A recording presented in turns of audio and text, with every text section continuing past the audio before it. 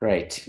So let me start by introducing Irena. Irena has been working with Ideate Plus. I better get this right now, Irena, for almost 3 years. She brings like a wealth of experience, mainly, started with the software background, but then also at Ideate Plus, obviously, we deal with all sorts of different ideas and projects as well. So she's been able to assist and guide a lot of the teams that we've been dealing with in terms of not only software, but then looking at all sorts of types of projects, which you will see the relevance of today. This is the last one of the sessions the webinar sessions that we have before next week. Next week's a big week, obviously, for some of us, because that's where we'll have the workshops. And in those sessions, Tib actually showed you a little bit of the exosphere of actually, giving you a framework around uncertainty and the things that we don't know. Then Amar last week sort of brought you into the stratosphere and then, started thinking about, well, what it is to be human and how do we design for those elements as well. And now Irena will kind of bring you back down to earth a little bit and then actually show you some things around the lean startup methodology and how it compares to the agile way, which is also a valid methodology as well. So without further ado, I'll hand you over to Irena, and yeah, so it'll be a very interactive webinar, and then there'll be time for questions at the end. Thank you for your introduction, Kevin. Can I share my screen? Absolutely. Okay. Can you all see my screen? All good. Okay. So today we'll discuss about how we can use the lean startup approach to bring our ideas to life in a more successful way.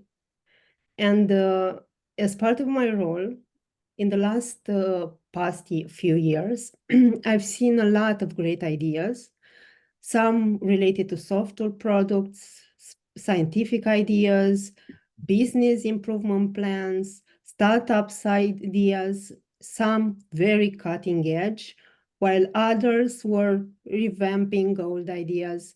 Some looked easy to put in place, while others were very complex long-term projects. Again, some aim to solve specific problems, while others aim to make people aware that they do have a problem that they need to solve. And some were so ambitious that they tackle multiple problems at once. I'm sure you've also seen your fair share of interesting ideas in your field too, maybe even groundbreaking ones. And I'm also sure that you saw some of these ideas come to life, but also others that were just lost on the way, either midway or very soon after the idea implementation began.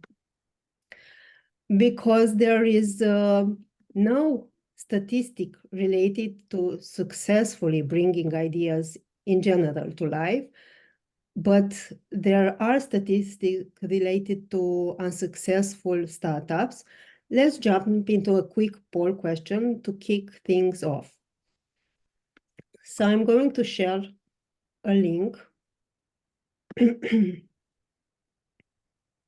and share it in chat with you. And I ask you to please answer the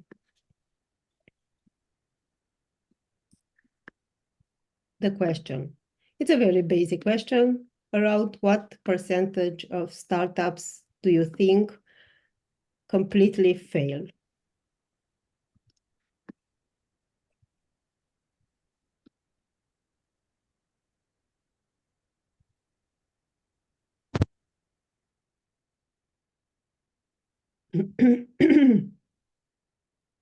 Okay, so we already have some responses, and people seem to nail it very well. Yes, indeed. It seems like as many as 90% of the startups completely fail. based on Startup Genome, one of the most known innovation development organizations in the world. Again, this number is very debated. Some even consider it to be a myth. And there are different numbers shared by different organizations. But it seems that the number of startups that fail is indeed extremely high. And when we talk about these failures, we also talk about considerable resourcing being lost too. But let's approach this information in a constructive manner and think about how we can improve the chance of success for our ideas. In order to do that, we need to think about the causes, of course, of failure. And I will ask you to think of the main reason idea implementation end with a failure and answer the next poll. One moment, let me jump. Okay.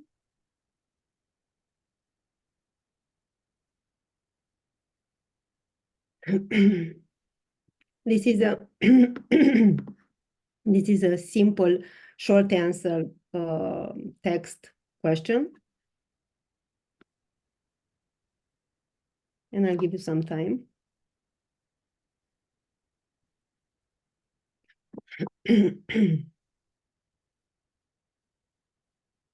Funding, okay. Go to market fit for startups, but for ideas in general. Okay, so feedback from customers from what is needed. Again, product market fit. Costs, very large cost.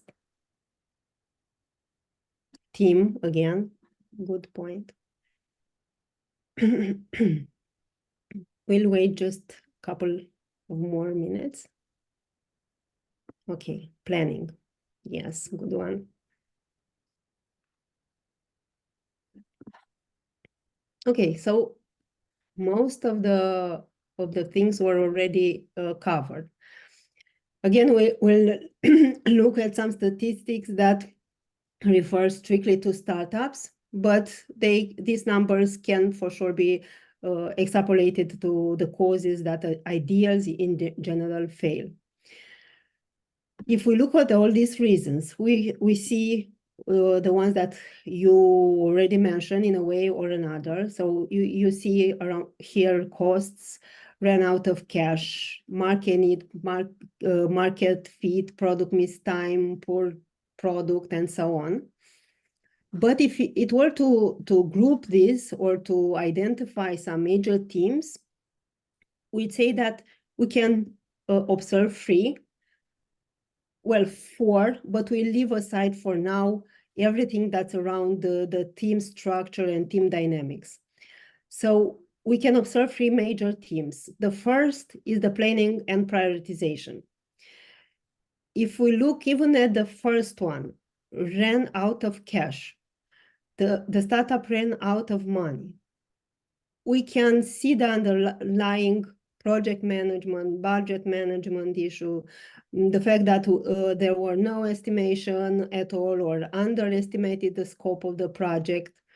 If we look at the second theme, waterfall approach, this also falls to some degree under the planning and prioritization, but I decided to give its own place because it has a very large impact on the project outcomes. So when we look at the reasons like, I don't know, got out competed, cost issues, product missed time, even poor product, pivot gone bad. We even ran out of cash again. It is inevitable to think that the project took too long before going on the market or before coming up with some outcomes that validate our approach. And usually projects that take that long are projects where a traditional waterfall approach is used. when the team goes through the project phases in a linear manner, rather and targeting the final outcome at once, rather than breaking the project into smaller milestones and delivering incrementally. And for the last theme, validation and testing, we can again reference reasons like no market need, got out competed, I don't know, even business model or Python gotten bad, because this theme is also linked to the previous one, following a traditional approach, because you can't really validate and test often if you don't break into iterative outcomes. So now, how can we tackle some of these issues? Okay, we get to the topic of this meeting and what Lean Startup is. When we say startup, we think about a human institution designed to deliver a new product or service under conditions of extreme uncertainty. And this is a quote from the author of Lean Startup book, Eric Rice. We see here the fact that we refer to the extreme uncertain conditions. And if we look at the definition of the Lean Startup, it is a method to systematically address, again, uncertainty through rapid iteration and learning. And the original definition includes market learning, but it can be extended to refer to learning in general. And if we look at a quote from Tim O'Reilly, he is saying that basically is imagining lean startup principles to be applied to all sorts of fields, from government programs to healthcare to solving the world's great problems, and to ultimately answer the question, how can we learn more quickly what works and discard what doesn't?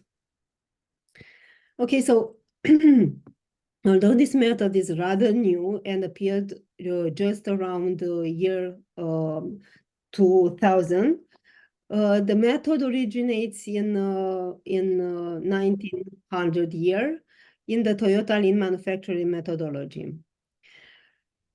We can see that the Lean Startup method is based around the concept of uncertainty, and this describes our time very well, because we have uncertainty all around us related to resources, technology, market, competition, business aspect, legal aspects, and so on. But this method also refers to some other concepts. Concepts like assumptions, hypothesis, MVP, or minimal viable product, experiments. And some of these concepts are explicit and they do not need further details. On the other hand, others might have a slightly different meaning than you are used to use them. And I did see this happening before, so I will try to quickly explain some of them, because I will start with assumptions because it's part of the initial steps in the method. So an assumption, when we talk about assumptions in Lean Startup, basically we say that it starts with "I believe that" statement, and it clarifies your current understanding of what you know. You don't know with certainty. Some assumptions are more important than others, and we should identify and isolate the critical ones, the ones that can basically kill your idea. And the sooner we do that, the better. I mean, try to identify these assumptions very early in the idea implementation phase. An example of such assumption in the lean startup manner from Airbnb would be something like in a city with limited space, people will pay a smaller amount of money for a smaller amount of space instead of preferring a hotel. The second would be concept we'll discuss is hypothesis. And these clarify your current understanding of what uncertainty you are trying to solve. And ideally should be defined in a quantitative manner. These hypotheses in Lean's startup help you design and build the minimum viable product, the MVP, basically. 사람 아니지, 영국 영어 아니지. 루마니아스. 응? 루마니아스. There are any questions? Please carry on, Irina. Okay. Next concept, experiment. Is the procedure followed to demonstrate your idea or the project around your idea implementation. So it's not we don't refer to a scientific experiment. We are basically referring it as demonstrating a part of your idea or the whole idea together. The minimum viable product or MVP, was again originally used for defining software products, but applies to ideas as well. And a minimum viable product is an experiment that help you validate or invalidate some of the hypotheses about your idea. Building an MVP is not a one-time event. It is, again, iterative, and it represents the minimum project outcomes required to validate basically an iteration. The concept of pivot means a change in the direction of your idea without a fundamental change in the core of the idea, let's say. So I don't know, maybe you change the targeted audience, or maybe you change some of the outcomes of the idea, or even, I don't know, the way you reach those specific outcomes. And related to this concept of pivot, there is also the concept of persevere, which means to keep the original plan for your idea based on testing and validation, and to continue to experiment with the next hypothesis. Okay, so as you can see here, Lean Startup encourages build, measure, learn cycle. You start with an idea or with a problem statement, if it is the case. You identified the most critical assumptions and hypotheses. And based on this, you determine the minimum viable product, the simplest version of your idea that can deliver value. For example, Dropbox began as a simple video demonstrating file synchronization, and the founders collected the signups based on interest, but they validated the demand before building the full product. Then we can use validation metrics and gather feedback, and based on this data, we can learn from the results and consider these learnings will determine the next course of the project or the idea. And these learnings will be integrated, included in our idea implementation for the next iteration. Okay, so we can use a simple tool called Lean Startup Canvas to structure the information around the steps of the method. And I'm using an example of a successful idea from last year's Serendipity Collective to grow through this Lean Startup, sorry, not here, Canvas. One moment, let me share the link with you so you can also have, I can't share.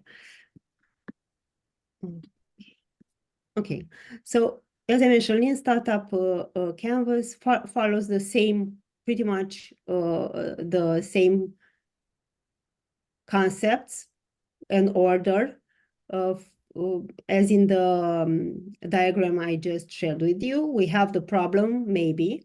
We have the idea or the solution. We have the assumptions, the hypothesis. We have the experiment or the MVP. We have the key metrics and the learning channels. So the idea that I was referring to from last year is a brain-computer music interface system that allows musicians to control music elements, volume, tempo, instrument selection using their brainwaves. I added here just 2 assumptions. For sure, there were more, but one of them, brainwave activity, can be translated into musically interesting sounds. And the other, there is a market for music creation software targeted at non-musicians. And of course, if we look at these 2 assumptions, we can say that the most critical one is the first one, which I placed it on a black post-it note. So if this assumption is critical for the success or of the project, if we can't demonstrate that brainwave activity can be translated into musically interesting sounds, the project can't be a success. So based on this assumption, we clarify a little bit and we say that users will be able to create music that reflects their emotional state through brainwave translation. Because we said that we prioritize and focus just on the most critical assumptions for the first iteration. Based on this hypothesis, we draft or we create the experiment, or the first MVP is to develop a basic prototype that allows musicians to control limited musical elements using real-time EEG data. As key metrics, I added a couple just here. So user completion rate of the experiment. These key metrics will help us measure how successful the experiment is, together with the feedback from the users of the MVP. And also the learning channels, how we, what groups we reach in order to measure the key metrics. And there is music workshops, musician communities, I don't know, music schools, and so on. So this is a high-level idea of how you can use this very simple tool in order to leverage the Lean Startup method. Okay. Okay, so now if we look at how a traditional approach compares with the Lean Startup approach using the same example, we'll see that for the traditional approach, which is a linear and step-by-step and focusing on in-depth research at each stage before moving on, there will be a lot of time spent on an initial research phase, deep diving into EEG signal processing to remove muscle artifact noise, extensive research on various EEG features related to music and intention, and also the development of a comprehensive system for mapping brainwaves to control a wide range of musical and visual parameters. But if we go with the lean startup approach, so there will be very time consuming, first with the research phase, and after that to develop a very comprehensive system for every features that make sense to be included into such process, such tool. In the lean startup approach, which is, as we discussed, iterative and which favors prioritization and rapid prototyping and testing, and relies a lot on feedback and on measurable data, will focus on developing a minimal viable product that allows musicians to control the simple music elements using EEG. I don't know, maybe just volume and tempo, and not a very comprehensive system. And based on this minimum viable product, we'll gather feedback from musicians around ease of use, effectiveness, and maybe additional functionalities that make sense to be included in the MVP. Based on this feedback, we'll refine the system and explore additional improvements. So in this approach, we hit our users sooner in order to get feedback and to validate the concept way sooner than we would in the traditional approach. Okay.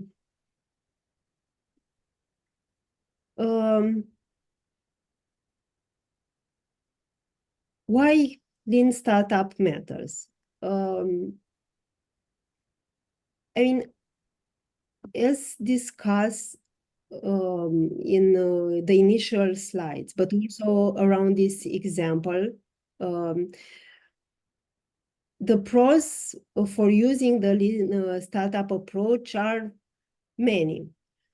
To name a few, we can avoid dead end with a very early validation, so we can reduce the cost a lot. We can get results quicker because the iterations and the experiments are very focused and consume less time, and we can make the data-driven decisions because we look at the key metrics and at the gathered feedback. We can correct the course of the project in case the data that we gather and the feedback that we gather get to this conclusion. And if it is the case, we can also make sure that we continue to address real world or valid problems, and the problems that our idea is not already outdated, you know. So,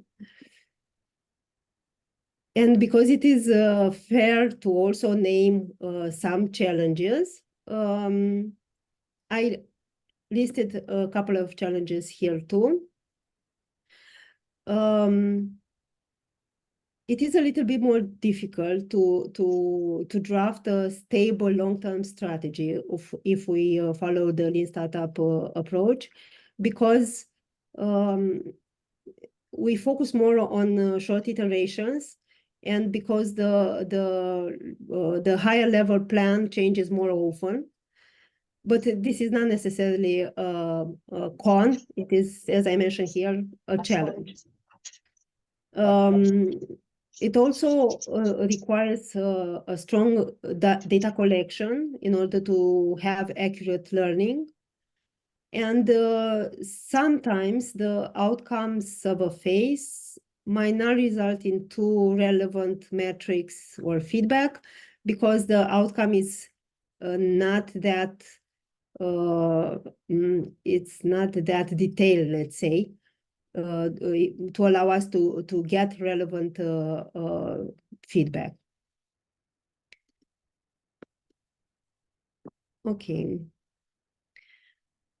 When I talk to people who never used this method before, I usually hear something like, yeah, it makes perfect sense, or it seems very easy to implement.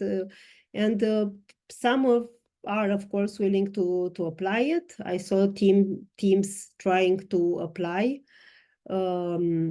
this approach, but unfortunately, many of them fall back to the traditional ways of working because people prefer to stick to how they are used to do things, or they complain that they don't have time during a project, they don't have time to learn a new way of working, or that they prefer a more detailed approach, which is used in Waterfall, which creates some sort of illusion of control over the project outcomes.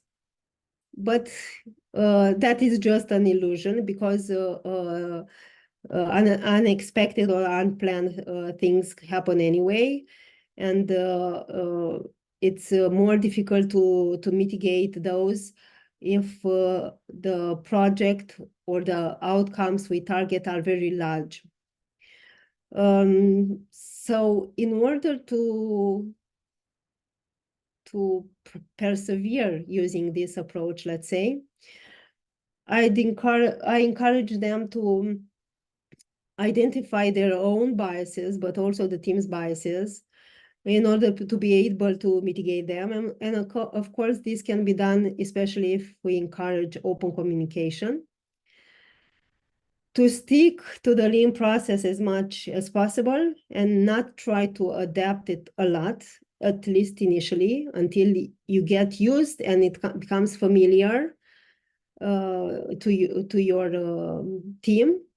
And of course, to celebrate small wins.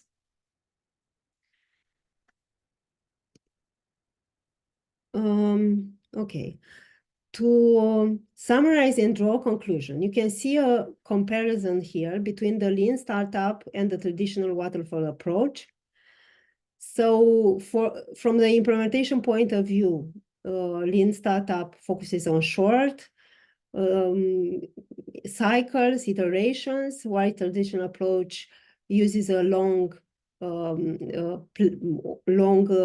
development cycle and a lot of upfront planning phase. From the resource consumption, lean startup uses lower resources, or not necessarily lower, but initial investment is lower, while traditional waterfall has a high initial investment. From the risk of failure point of view, for the lean startup, the risk is lower because we have early and frequent customer feedback, while for traditional waterfall approach, the risk is higher. We have very limited feedback until in the latest stages because we don't have actual outputs to be validated.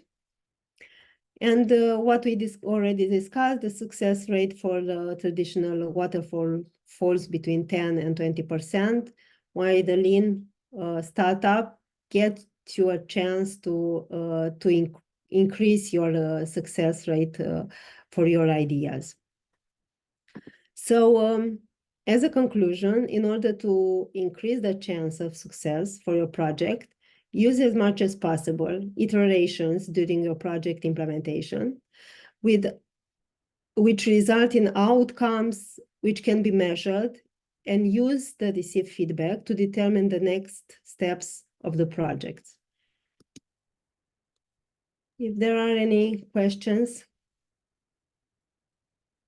Thanks, Irina. I mean, I know it's not easy in order to bring that all into a presentation, but I think you gave us a great overview in terms of why you should do it and then how you could do it. And it's obviously relevant to our audience as well, because if we look at the Serendipity Collective funding, basically we help the teams then chunk down what they want to achieve as a hypothesis into little pieces, and sort of, determine the scope into little chunks, and then have what they want to do and the measures of success for each of those chunks. And we usually try and break it down into fortnightly reviews, because that's what, the sponsors require as well when the experiment is complete. Same way for the Global X. Okay, we've got, and that would happen over 6 months. With Global X, okay, it's 9 months. Maybe they've already got a minimum viable product or a prototype, but then they need to test that in a real environment, right? In a relevant environment. It's no longer in a lab environment. So they actually have to chunk it down as well, and then focus on the key features of their solution, and then adapt along those key features. It's no point deciding on doing features which are not so important or not so prioritized before you actually, as you said, go through your black Post-it notes and actually make that successful as well. So that's the relevance of that solution and how we will actually implement that after next week as well. So just opening it up for questions as well.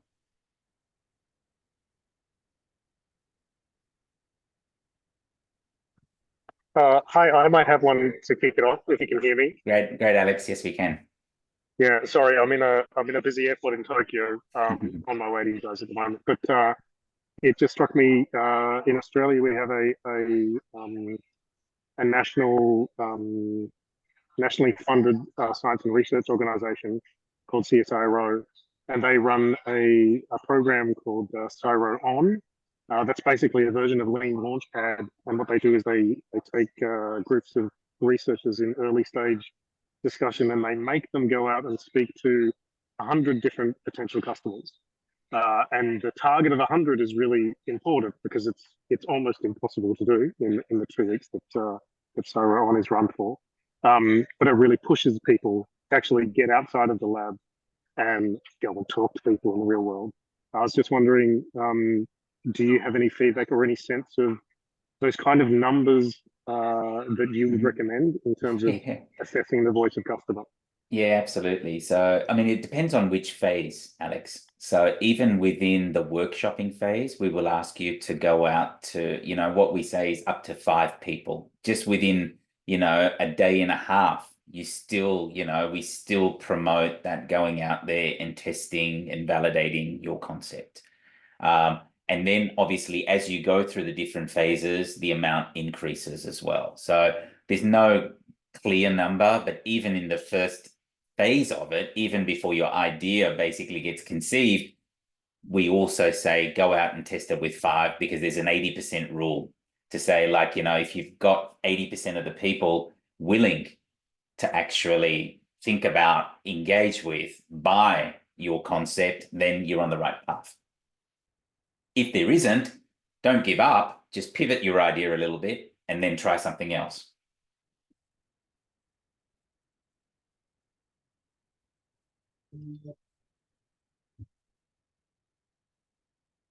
Any other questions?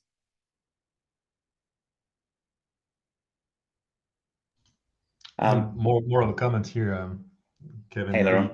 I mean, what I've heard is very much aligned with the the agile philosophy or the Scrum methodology, right? So and those are the best ways to manage a project. So, and fully resonate with what I know project management, and I completely agree with what I've heard today.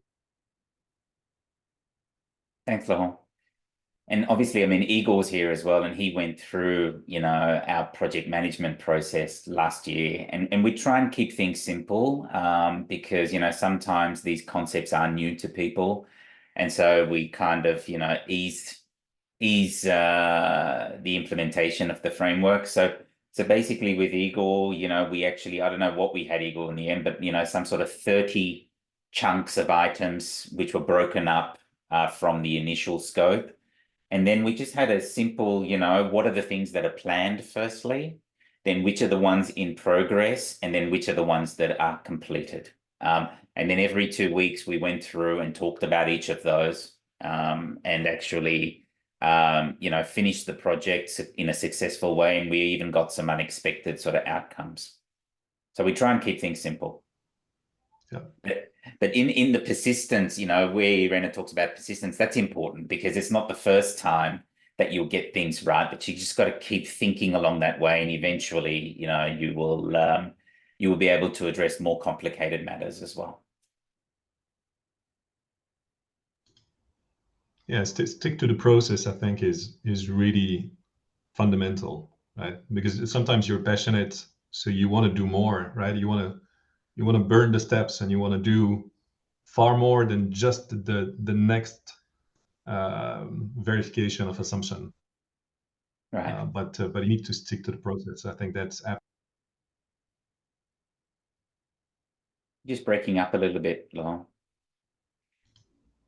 But just to give you guys, just to recap a little bit, you can actually find the past webinars, and Irena's one we'll also put up here. So you just go into the Serendipity Collective, this is the address up here. And then you go in the 2024 edition and you have the webinar series. So if you just click on there, then you will actually see the polynomial futures that we talked about, the exosphere. Then we went into the stratosphere with Amar, and then Irena's first one. And then later on, the other webinars will also be there for you to share and for your teammates to have a look at.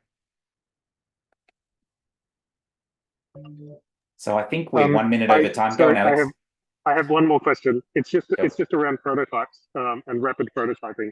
Mhm. How important is tangibility? Even moving into a paper prototype. So beyond idea, something that's actually able to be visualized or manipulated. It's super important, and it's not important because you need to actually prove that you can do something, because with the Serendipity Collective, that is an unknown, right? But you need to be able to visualize it so that you explain it firstly to your peers or your end users that you want to test with. And you could actually do it, like you said, in a paper form or, as a story, or in a digital form as well. And that's why we will have some artists in the Serendipity Collective, accompany you and actually come up with what they're visualizing your idea to be, so that you can use it with the testers as well. And then also finally to use it with the jury in the funding panel as well. So it's meant to be there to help you explain your idea better to whoever you have to explain it to.